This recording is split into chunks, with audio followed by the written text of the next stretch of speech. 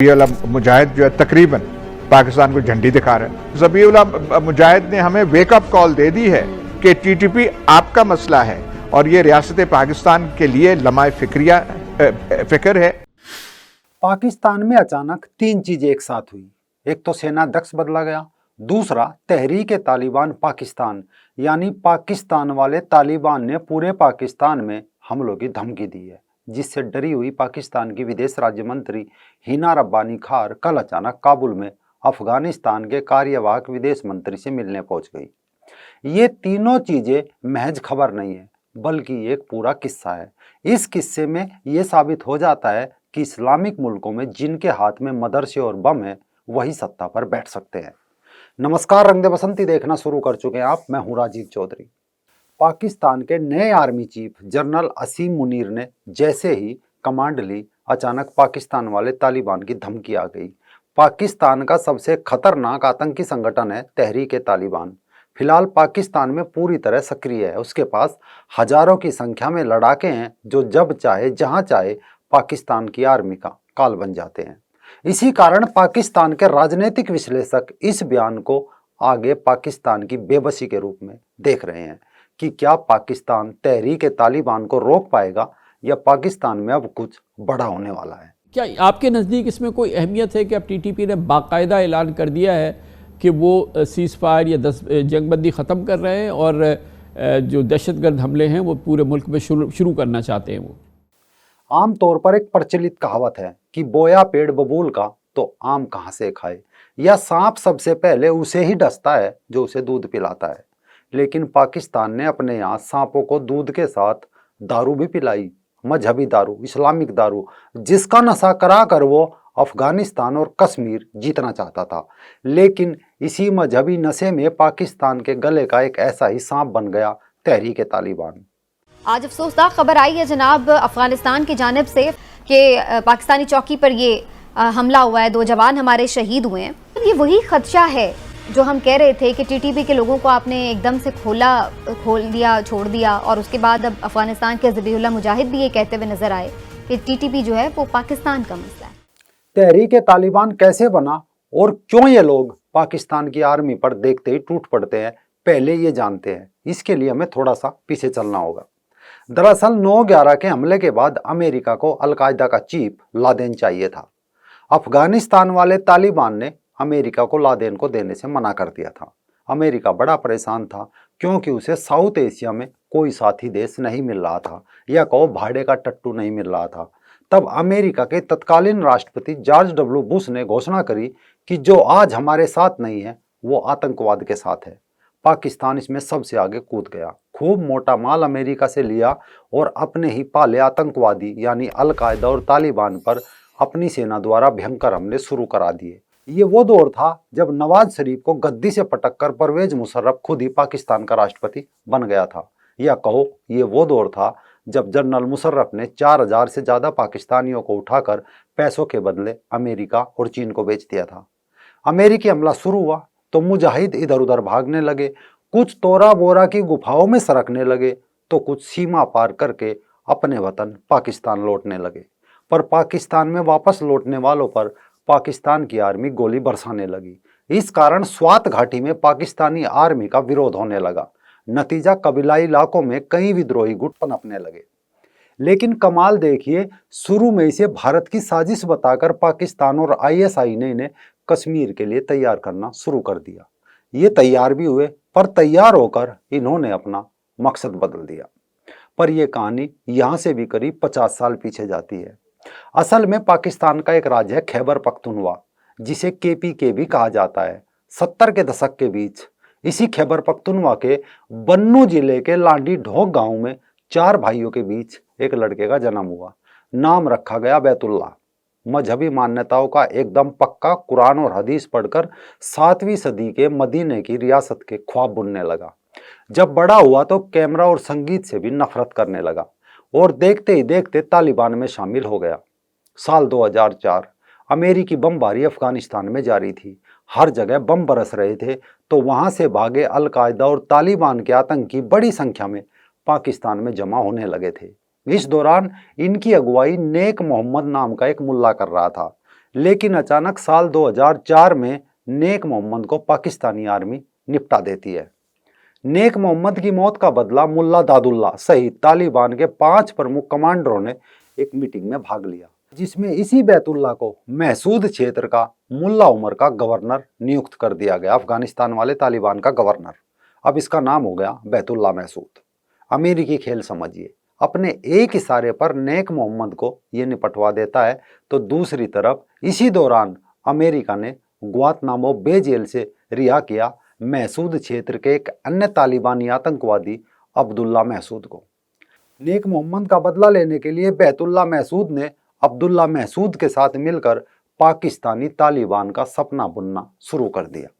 जब पाकिस्तानी तालिबान का सपना देखा जाना शुरू हुआ तो एक दूसरा गुट भी था। इस गुट का नाम था कारी जैन। कारी जैन का एक गुट था, ये भी कबीलाई था और इस्लाम के निजाम के लिए अमेरिका और अफगानिस्तान की आर्मी से लड़ रहा था। 72 जन्नत का ख्वाब बेचकर इसने भी मदरसों से कुछ लोग अपने साथ जोड़ लिए थे, बम पाकिस्तान से ले लिए थे। पर बताया जाता है कि कारी जैन को शक हो गया था कि ग्वांतनामो बे जेल से रिहा अब्दुल्ला महसूद उनकी जानकारी चोरी चुपके अमेरिका को दे रहा है और उसे एजेंट समझकर उसकी जानकारी पाकिस्तानी आर्मी को लीक कर दी। इसके बाद पाकिस्तानी आर्मी ने छापामारी में अब्दुल्ला महसूद को निपटा डाला और बाद में उनके कई प्रमुख साथी एक बम विस्फोट में मारे गए। इससे घबराए बैतुल्ला महसूद ने फरवरी 2005 में पाकिस्तानी सेना के साथ युद्ध विराम की घोषणा कर दी। दोनों के बीच समझौता हुआ कि पाकिस्तानी सेना बैतुल्ला के नियंत्रण वाले महसूद क्षेत्र से अपने सैनिकों को वापस ले लेगी तथा साथ ही 20 मिलियन अमेरिकी डॉलर उन पीड़ित परिवारों को मुआवजे के तौर पर देगी जो उनके सैन्य अभियान के दौरान घायल हुए या मारे गए। फरवरी में समझौता हुआ। जुलाई तक बैतुल्ला ने इंतजार किया, लेकिन मुआवजे के 20 मिलियन तो क्या, एक फूटी कौड़ी भी किसी पीड़ित परिवार को नहीं दी गई। जब बैतुल्ला ने पाकिस्तानी आर्मी से मुआवजे के बारे में पूछा तो झूठ बोलने वाली पाकिस्तानी आर्मी इस वादे से बिल्कुल साफ साफ मुकर गई। अब बैतुल्ला ने महसूद और वजीरिस्तान के 13 संगठन अपने साथ और जोड़ लिए और गठबंधन करके एक आतंकी गुट बनाया, नाम दिया तहरीक तालिबान। तालिबान का अर्थ होता है उकसाना और तालिब जो छात्र होते हैं यानी उकसाने वाला संगठन, और अल्लाह के निजाम के लिए पाकिस्तानी सेना पर हमले शुरू कर दिए।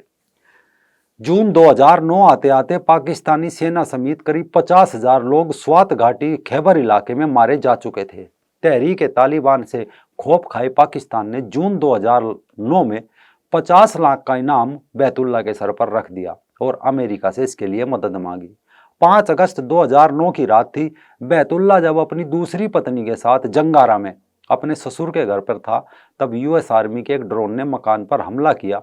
इसमें बैतुल्ला महसूद का सहपरिवारी काम तमाम हो गया।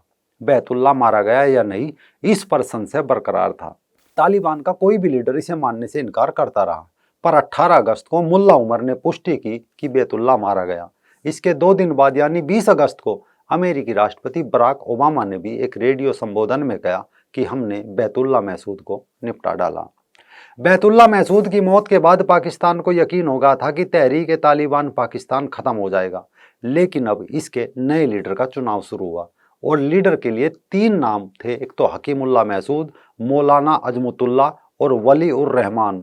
सभी चर्चाओं के बाद एक दिन में 300 पाकिस्तानी सैनिकों को निपटाने वाले हकीमुल्ला महसूद को टीटीपी का नेता चुन लिया गया और पाकिस्तान की आर्मी पर फिर हमले चालू हो गए। पाकिस्तान हकीमुल्ला महसूद की टीटीपी से निपटने में लाचार हो गया था और इस बार फिर अमेरिका की शरण में पहुंचा। अंत में नवंबर 2013 में पाकिस्तानी तालिबान का सरगना हकीमुल्ला महसूद भी अमेरिका के एक ड्रोन हमले में मारा गया। पाकिस्तान ने एक बार फिर राहत की सांस ली। पाकिस्तान के अखबारों में हकीमुल्ला महसूद की मौत का जश्न मनाया गया। दूसरी तरफ तहरीक तालिबान पाकिस्तान ने असमतुल्ला शाहीन बिटानी को अपना कार्यवाहक नेता चुन लिया, क्योंकि अब तहरीक तालिबान को एक ऐसे खतरनाक लीडर की तलाश थी जो अल्लाह के मार्ग से भटके हुए पाकिस्तानियों को सही इस्लाम समझा सके।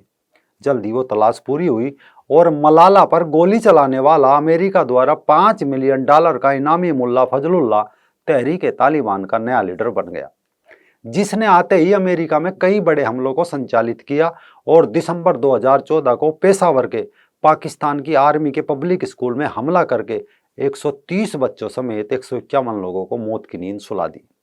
इस हमले के बाद एक बार फिर पूरी पाकिस्तान सरकार घुटनों पर आ गई। चारों तरफ मातम ही मातम था, लाश बिखरी पड़ी थी बच्चों की। भारत तक ने इस हमले पर संवेदना जताई। एक बार फिर रोता बिलखता पाकिस्तान अमेरिका के पैरों में गिड़गिड़ाने लगा। थोड़ा समय लगा, लेकिन फिर एक ड्रोन अटैक हुआ और साल 2018 में मुल्ला फजलुल्लाह भी मार गिराया गया। ये वो समय था जब पाकिस्तान गुड तालिबान और बैड तालिबान कहा करता था, यानी अच्छा तालिबान अफगानिस्तान और भारत पर हमला करता है और बुरा तालिबान पाकिस्तान पर। जबकि पाकिस्तान के लिए शर्म से डूब मरने वाली बात यह थी कि जब उसके मासूम बच्चे आतंक से मारे जा रहे थे, तब वह इसी आतंक को महिमा मंडित करते हुए कश्मीरी आतंकी बुरहान वानी को अपना शहीद तक बता रहा था। खैर, मुल्ला फजलुल्लाह के बाद आतंक के सरगना की जो गद्दी खाली हुई थी उसे फिर भरा गया और इस बार एक नेता चुना गया, जियाउल हक उप अबू अमर खोसानी को, और इसका उप प्रमुख बना मौलवी फकीर मोहम्मद। लेकिन इसके कुछ दिनों बाद मौलवी फकीर मोहम्मद को अमेरिका के इशारे पर अफगान आर्मी ने पकड़ लिया और उसे जेल में बंद कर दिया। जैसे ही अफगानिस्तान से अमेरिका के जाने की घोषणा हुई और समझौते के तहत तालिबान ने काबुल की ओर बढ़ना शुरू किया, तो तहरीक तालिबान के 5000 से ज्यादा लड़ाके भी तालिबान के साथ थे, जो काबुल फतेह तक साथ भी बने रहे। इधर पाकिस्तान जब अफगान तालिबान की जीत का जश्न मना रहा था, तब उसी दौरान अफगान तालिबान ने तहरीक तालिबान के संस्थापक बहतुल्ला महसूद के कभी दाहिना हाथ रहे और उसके ड्राइवर कमांडर जोली समेत कमांडर वकार महसूद, हमजा महसूद, जरकावी महसूद, जेतुल्ला महसूद, हमीदुल्ला महसूद, डॉक्टर हमीद महसूद और मजहर महसूद समेत इसके अलावा पाकिस्तान का सबसे बड़ा दर्द मौलवी फकीर मोहम्मद को भी अफगानिस्तान की जेल से रिहा कर दिया। हालांकि इनकी रिहाई से पहले ही तहरीक तालिबान ने खैबर पख्तूनख्वा में चीन के इंजीनियरों को ले जा रही बस में 9 इंजीनियरों को मारकर एक बार फिर पाकिस्तान को अपना रुतबा दिखा दिया था। कई बम ब्लास्ट का प्रमुख और आरोपी मौलवी फकीर मोहम्मद वो शख्स है जिसका नाम सुनते ही पाकिस्तान को पसीना आ जाता था। मौलवी फकीर ने रिहा होते ही बलूचिस्तान और खैबर पख्तूनख्वा में आज़ादी की लड़ाई लड़ रहे लोगों को संबोधित किया था और पाकिस्तान में व्यवस्था को बदलने का उसने हुंकार भरी थी। इसके लिए सभी संसाधन बलूचिस्तान और खैबर पख्तून की लड़ाई लड़ रहे लोगों को ये भी कहा था कि मुहैया कराए जाएंगे। मौलवी के इस भाषण से उस समय के प्रधानमंत्री इमरान खान की चिंता बढ़ गई थी, जिसकी गूंज इस्लामाबाद से छपने वाले अखबारों में भी सुनी गई थी। जब ये सब हुआ तो पाकिस्तान ने शोर मचा दिया कि पाकिस्तान वाले तालिबान को भारत पैसे दे रहा है।